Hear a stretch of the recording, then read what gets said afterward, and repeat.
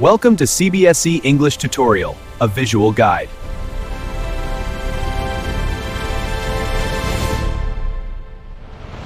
Hey everyone, and welcome. Today we're going to master a skill that, honestly, can make all the difference between being heard and being ignored.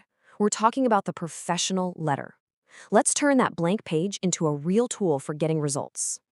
You know the feeling, right? We've all been there. You have something really important you need to say, a serious complaint, a formal request, maybe a big order, and a quick email it just feels too casual. It's too easy for someone to delete or just ignore. So what's the move when your message absolutely has to land with some authority? Well, you turn to the good old formal letter. And look, this isn't just about being polite. A formal or professional letter follows a very specific format that's designed for official communication. Following this structure, it basically signals to the reader that you are serious, you're professional, and whatever you've written demands their attention. Okay, but formal letter is kind of a big umbrella term, right? It's like having a toolkit. You wouldn't use a hammer to turn a screw. You need to know which specific tool is right for the job. So let's dive into some of the most common types you'll encounter. Think of it like this. An inquiry letter is basically you asking, hey, could you give me some more details on this? A complaint letter is where you state, listen, this product was faulty, and here is exactly why. An order letter, that's your official on-the-record purchase. And a letter to the editor, well, that's your chance to jump into a public conversation. See? Each one is a specialized tool for a very specific task. All right, now let's get into the nitty-gritty, the mechanics. The real power of a formal letter comes from its structure. So we're going to build one together from the ground up, block by block, so you can see how every single piece contributes to a professional and, most importantly, an effective document. Every single formal letter kicks off with the absolute essentials. First up, your address, right at the top. That's so they know where to reply. Then, immediately after, the date. This creates an official timeline. Next, you need the receiver's address. This makes sure it actually gets to the right person or department. And finally, the subject line. Think of this as the headline for your letter. It's the very first thing they read, and it has to clearly state your purpose. And here is a crucial rule for that subject line. Keep it to a single line. This isn't just, a style tip. It's a professional standard. It forces you to be concise, to get straight to the point, and it gives the reader instant clarity on what this whole letter is about. So when you put those four components together, your address, the date, the recipient's address, and the subject, what you're doing is building the letter's foundational framework. These aren't just minor details. They establish the entire formal context before your main message even begins. Okay, with that solid framework in place, we can now move on to the heart of the letter itself, crafting your core message. We start the body of the letter with this salutation. The rule here is so simple. Just keep it formal and respectful. If you're ever in doubt, sir/ma'am is a perfect choice. It's direct, it's professional, and it is universally appropriate. Now, the body of the letter itself follows this really powerful three-part structure. It's so easy to remember. In that first paragraph, you introduce yourself and you state your purpose directly. The second paragraph is for all the details. This is where you present your case, you give all the necessary information. And finally, the third paragraph is your call to action. It's where you clearly state your expectations or what you want to happen. It's just a logical journey from who I am to what this is about to what I need from you. So, we've built the frame, we've written the core message. Now it's time to sign off. And trust me, a strong closing is every bit as important as a strong opening. It's how you end the letter with confidence and professionalism. Let's talk about the complimentary closing. For most professional letters you'll ever write, yours sincerely is the gold standard. It just works. But, and here's a little pro tip for you. If you happen to be writing a letter to the editor, the proper closing is actually yours truly. It's a small detail for sure, but using the correct convention really shows you've done your homework. And finally, this signature. This is more than just your handwritten name. A formal signature absolutely must include your full name typed out in block letters and, if it's relevant, your professional title or designation. This just removes any guesswork and clearly establishes who you are. So you see, these final pieces, the closing and that detailed signature, they really work together. They're the last step in making your message official, clearly identifying you, and leaving a polished, authoritative final impression. So, what's the big takeaway from all this? It's that following this clear structure isn't just about following a bunch of old rules. It's about creating a vehicle for powerful, effective communication. It's a method that commands respect and ultimately gets you results. And there you have it. You now have the complete blueprint. From that first address all the way down to the final signature, you are ready to build a letter that can make a real impact. So I guess the only question left is, what professional letter will you write first? You know, in a world full of DMs and emojis, you might think writing a formal letter is, well, a little old-fashioned. But what if I told you it's actually a superpower? Seriously, it's the key that can unlock a new job, fix a nagging problem in your community, or get you the exact information you need. So let's figure out how you can master it. Here's how we're going to break it all down. First, we'll cover the basics. Then we'll nail down the one format that works for everything. After that, we'll dive into the most common and powerful types of letters you'll ever need to write, and we'll finish up with a pro toolkit to make you a confident writer. All right, first things first, the basics. What actually makes a letter formal? And more importantly, why does this skill still matter so much in our super fast digital world? Just think about it for a second. How do you officially complain about a faulty product, or ask for details about a college course, or apply for that dream job? Sure, you could send a quick email, but a properly structured formal letter, that gets attention. It signals that you're serious. It's really the official tool for making things happen. The key word here is purpose. A formal letter isn't for catching up with a friend. It's strictly for official business. You use it to talk to companies, public agencies, you name it. Basically, it creates a permanent record, a clear, undeniable statement of what you want. And this slide really makes it crystal clear, right? Informal letters are all about personal connection. The format is flexible, the tone is casual. Formal letters, they're the exact opposite. They have a strict, official goal, a format you have to follow, and a tone that is always polite and professional. Okay, now for the really practical part, the format. And here's the good news, almost every formal letter you'll ever write follows the same basic blueprint. Once you get this down, you can use it for pretty much any situation. And here it is, 7 simple steps.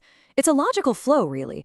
It starts with your info and the date, then their info, so everyone knows who's talking to whom and when. The subject line tells them what it's about in a single glance. Then the salutation, body, and closing just guide the reader through your message. It's not just tradition, it's designed for total clarity. Now, take a look at how this all comes together. See how everything is lined up on the left? That creates this really clean, professional look. And notice the clear spacing between each part, like between the date and the address. This whole layout is designed on purpose to be super easy to read and understand instantly. So now that we've got the format down, let's jump into the first big category, letters that actually make things happen. Think of these as your workhorse letters for everyday business and life. Okay, imagine you're looking at a new course or product, but the website is missing some key details you need. This is where you pull out the letter of inquiry. It's the formal, professional way to ask very specific questions and get the answers you need. And the structure for this is so simple. First, say who you are and why you're writing. Second, and this is the most important bit, clearly list out your questions. Don't bury them in a big paragraph. Use bullet points if you can. It just makes it so much easier to read. And finally, you just wrap up with a polite request for a reply. Right, so for businesses or maybe even a school needing new equipment, placing a big order needs a formal record. That's where a letter for placing an order is perfect. It makes sure there's absolutely no confusion about what you need. And honestly, the absolute best way to do this is with a table. I mean, look how clear that is. There is no way to mistake the item or the quantity. Then in the letter itself, you'd also confirm things like the price, how you're going to pay, and when you need it delivered. It's all about precision. Nobody likes it when things go wrong. But a well-written letter of complaint is by far the most effective way to get something done about it. This isn't about just venting your anger, it's about clearly stating the problem and asking for a very specific solution like a replacement or a refund. And this is the perfect way to start one. It's direct, it's polite, and it's professional. It sets a serious but not an angry tone right from the beginning. From there, you just clearly describe the problem, give them your order number, and then state exactly what you expect them to do to fix it. Okay, let's move on to 2 of the most powerful kinds of formal letters. These aren't just about day-to-day transactions. These are about shaping your future, whether that's in the public sphere or in your own career. Ever wanted to raise awareness about an issue in your town, like, say, the terrible condition of a road or the need for a new park? A letter to the editor is the classic, respected way to do it. It's your chance to influence what people are talking about and maybe even get the attention of the local authorities. This opening line is pure gold. It's so respectful, and it immediately makes your purpose clear. It shows you get how newspapers work in public life. After an opening like this, you just state the problem, explain why it's a big deal, and maybe even offer a helpful suggestion. This one right here, this might be the most important letter you ever write. Your cover letter is literally the first impression you make. It's your one shot to go beyond your resume and show them not just what you've done, but who you are and why you are the perfect person for the job. And you can absolutely nail your cover letter with a simple 3-paragraph structure. Paragraph 1, get right to it. What job do you want? Paragraph 2, this is your sales pitch. Connect your skills directly to what they're looking for. Paragraph 3, close the deal. Point them to your resume and confidently ask for that interview. Easy. Okay, we've covered the why, the how, and the what. So before we wrap this up, I want to give you some final rapid-fire tips to make sure every single letter you send out is perfectly polished and professional. Let's just boil it all down. Do keep it polite, even if you're complaining. Do be brief and get straight to the point. And please, please, do proofread. One little typo can really hurt your credibility. Now for the don'ts. Don't use slang. Don't use old stuffy cliches like thanking you. Just say thank you. It sounds so much better. And finally, never make it personal. Focus on the issue, not the person. So there you have it, a complete toolkit. From asking about a course to ordering supplies, all the way to landing your dream job. You have the structure and the principles. They're all yours to use. So really, the only question left is, what opportunity or what problem are you going to tackle first? Let's be real for a second. Staring at a blank job application can be seriously intimidating. I mean, how are you supposed to pack your entire life and career onto a couple of pages and actually get someone to notice? So you've done it. You've scrolled through endless job boards, and bam, there it is, the perfect role. But then comes that moment, right? The excitement meets the anxiety of that Apply Now button. You're just stuck. Where do you even start? Okay, so here's the secret. You have to stop thinking of it as just filling out a form. Think of it this way. Your application is a strategic, 2-part pitch. It's your one shot to make a killer first impression. And that's exactly what we're going to break down. We'll look at the 2 essential halves of any great application. We'll get into the details of the cover letter, your pitch, and the biodata, your proof. And then we'll wrap up with some crucial pro tips and how to tell your story effectively. Every single stand-up job application has these 2 parts that work together. It's a simple but powerful idea.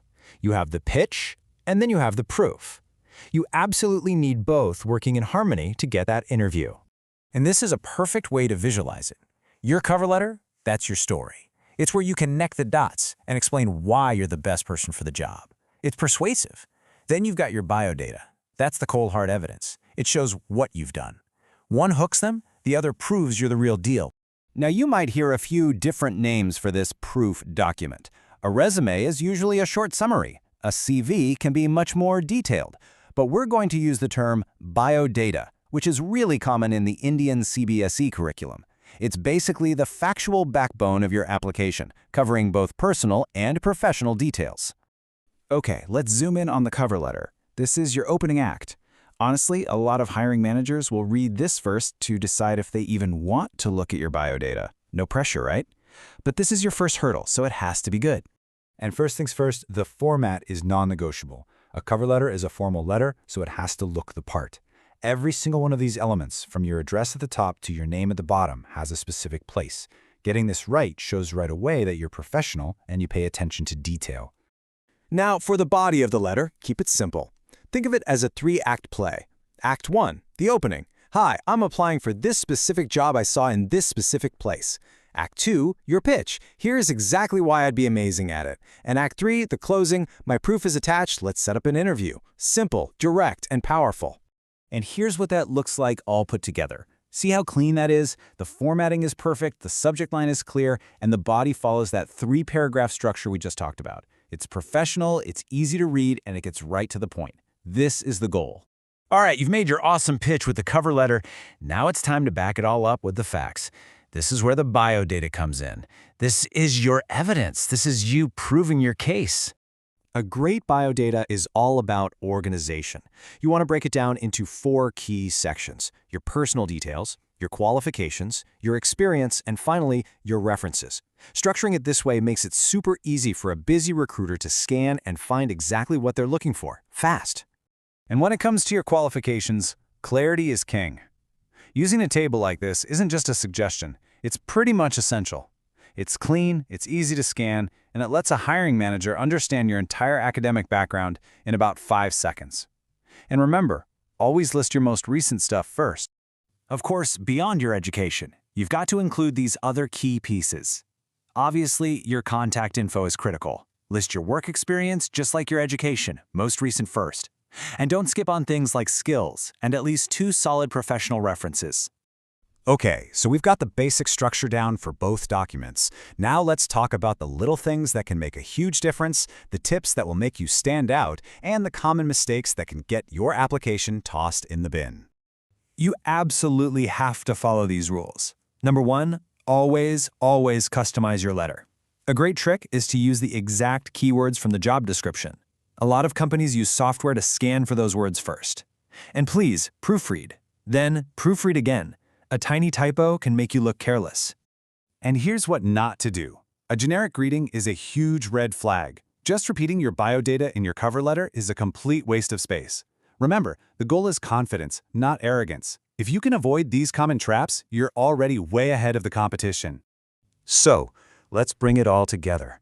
This isn't about just sending 2 documents. It's about telling one complete, powerful story just in 2 parts. I love this quote from our source material because it just nails it. Your biodata gives them the what, the facts, the figures. But your cover letter, that gives them the much more interesting why and how. It shows your passion and your personality. You see, when the pitch and the proof work together, they create this full, compelling picture of you. One document makes a promise, and the other one proves you can keep it. It's that 1-2 punch that makes an application truly unforgettable. So, the next time you sit down to write an application, don't just think about filling in boxes. Think about the story you're trying to tell. Because a great application isn't just a list of your accomplishments. It's a story about your potential. So, what will yours say? Today we are going to learn about formal letters, which is an important topic in Class 10 English Writing Skills. In this lesson, we will understand what a formal letter is, the 4 main types of formal letters, the common format used for all of them, and the difference between a letter of complaint and a letter to the editor. By the end of this lesson, you will be confident enough to write any formal letter correctly in your examination.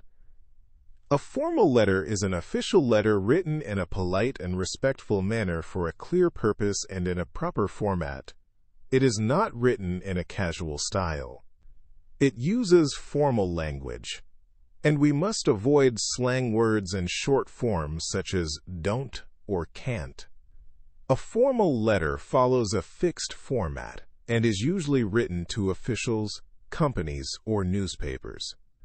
It must clearly state the subject and purpose, and the tone must always be polite and respectful. In Class 10, formal letters are usually written for 4 common purposes. We may write a formal letter to complain about a problem, to place an order for goods, to ask for information, or to raise a public issue through a letter to the editor. Although the format remains the same for all these types, the purpose of writing changes according to the situation. Every formal letter must follow a proper order. First, we write the sender's address. Then we write the date. After that, we write the receiver's address. Next comes the subject line, which should be short and clear. Then we write the salutation, such as Sir or Madam. After that comes the body of the letter, which should be written in 3 clear paragraphs. Then we write the complimentary close. For most formal letters, we use yours sincerely. However, for a letter to the editor, we use yours truly. Finally, we sign the letter and write our name in block letters, followed by our designation if required. Proper spacing and neat paragraphs are very important because format carries marks in the examination. The body of the letter must always have 3 paragraphs. In the first paragraph, we introduce ourselves and clearly state why we are writing the letter. In the second paragraph, we give all the important details and facts related to the issue. In the third paragraph, we conclude the letter with a clear request, suggestion, or hope for action. Now let us understand the 4 types of formal letters. A letter of complaint is written when we are unhappy with a product or service. For example, if we receive a defective product, experience poor service, or face a civic problem such as irregular water supply or garbage accumulation, we can write a letter of complaint. In this letter, we must clearly mention what happened and when it happened. We should include proof such as a bill number or order ID if available. We must also clearly state what action we expect, such as a refund, repair, or replacement. The tone should be polite but firm. A letter of order is written to place an order for goods from a shop or company. In this letter, we must clearly mention the name of the item, the model or specifications, the quantity required, and the price if known. We should also include details about the delivery address, delivery date, and mode of payment. Before sending the letter, we should check whether all specifications, quantity, and payment details are clearly mentioned. A letter of inquiry is written to ask for information. For example, we may inquire about course details, admission procedures, price lists, or availability of rooms or products. In this letter, we should introduce ourselves briefly and ask specific questions. We may also mention a deadline if necessary and request a brochure or website link for further information. Clarity is very important in an inquiry letter. A letter to the editor is written to raise a public issue and create awareness. It is not about a personal problem, but about issues that affect society, such as pollution, road safety, water shortage, or noise pollution. This letter is addressed to the editor of a newspaper or magazine. The tone should be respectful and persuasive. We should briefly mention facts or examples and suggest possible solutions. We must avoid personal attacks and focus on public welfare. It is important to understand the difference between a letter of complaint and a letter to the editor. A letter of complaint is written to solve a personal problem and is addressed to a company or authority. It expects action such as refund or repair. On the other hand, a letter to the editor is written to raise a public issue and create awareness. It is addressed to the editor of a newspaper and expects publication and public attention. In simple words, a complaint letter deals with a personal problem, while a letter to the editor deals with a public issue. To score full marks in formal letters, always follow the correct format. Thank you for watching. See you again in a bit.